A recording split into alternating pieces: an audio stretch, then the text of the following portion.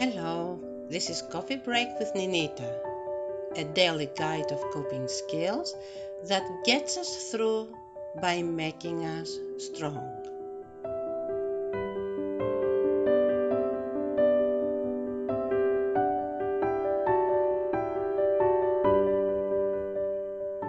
So far, we talked about bad news, disappointing news, crisis falling upon us and our relationships. And we, instead of trying to see how we could have avoided it, to accept that this is happening and is making us half hurting, angry, lonely, frustrated, which is a sign that we can start entering that tunnel that leads to survival mode. Attacks, fights, arguments, and the same. So instead of saying, I should have, would have, could have, to prevent this from happening, if we say it is here and there is a very good chance that it's going to make me feel annoyed by anything the people around me might say, do, act upon, I'm referring to this is a great time for self-awareness, to realize that I am in a situation that I'm going to be annoyed. And I need not to let that control my behavior. I'm annoyed because I'm upset. I'm annoyed because I'm hurt. I'm annoyed because I'm angry, because I'm fearful, because I'm frustrated. And that feeling, I'm annoyed, could cause a lot of damage if I let it be shown in my behavior towards the other person. Just because I'm annoyed, the other person, my spouse, my child, will do things wrong. I'm not saying that they might not do things wrong. What I am saying is that bad news, critical news, impact everybody in the relationship. But they don't impact everybody the same way. Some people become more driven to take action, and some people become more fearful and panic. And everybody, pretty much, depending on the impact, are going to do things wrong in the eyes of each other. All these are byproducts of the impact, sort of debris of the impact of the crisis in the family. Remember, the feeling that is born after the impact is how can I free myself from this situation? And that controls how we are going to relate and behave towards everybody around. We are going to have assumptions that nobody's there for us.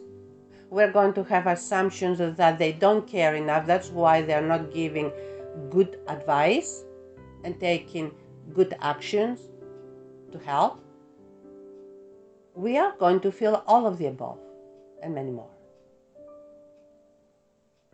That is exactly why we want to have self-awareness, which means free ourselves from expecting the others to do it right.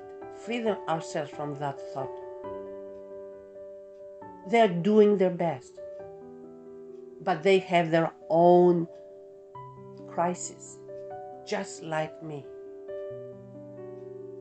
Whether this is impacting them directly or indirectly, they have their own reaction. Does that mean that they're going to be less blaming, criticizing, hurtful words exchange?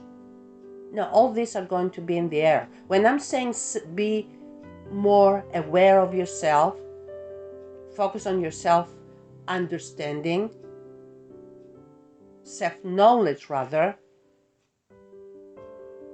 self-awareness, it is because you want to find the strength to stay calm and collected.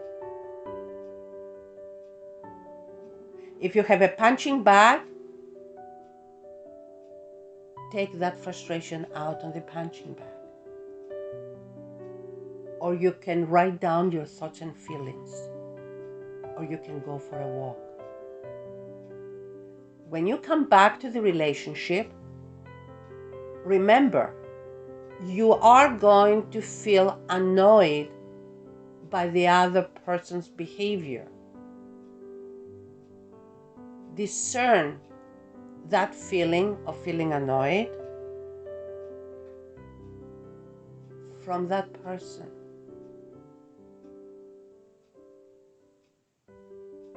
Remember, that person is in the same experience with you. Maybe reacting in a different way.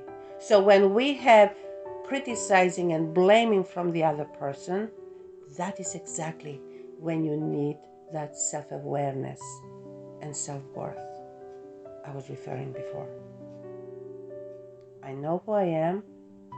I know my goodness. I might not have answers to the present situation.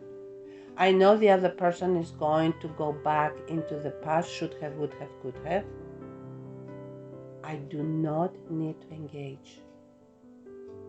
I know that anything I say or do will be taken wrong from the other person because of the impact of the crisis. And I am not going to go in that place of that's not fair. Because when crises happen, when disappointments happen, the word fair and unfair are irrelevant. Because there's no order. And when there's no order and it's chaos, the concept fair does not exist. So look at each other lovingly, with compassion. Look at each other with that feeling of he's taking it hard or she's taking it hard. When you hear the blaming and the criticizing and all of the above. Look at each other with that feeling. My spouse is taking this chaos very hard. They're going through a half state of mind very hard. Try it. And you need to develop that ability. It's not going to come easy because the survival mode is much more powerful than the thought, my spouse is taking it hard. When we are in a chaos, my spouse is taking it really hard. is very difficult to think about because we are absorbed, consumed, and preoccupied with what am I going to do? How am I going to get this out? How can I free myself from it? Try it. And try it again and again until you master it. So when the next crisis happens, because crises do happen, you're aware of these two factors: the impact of the crisis onto the relationship and the impact of the crisis upon the way your significant other sounds to you.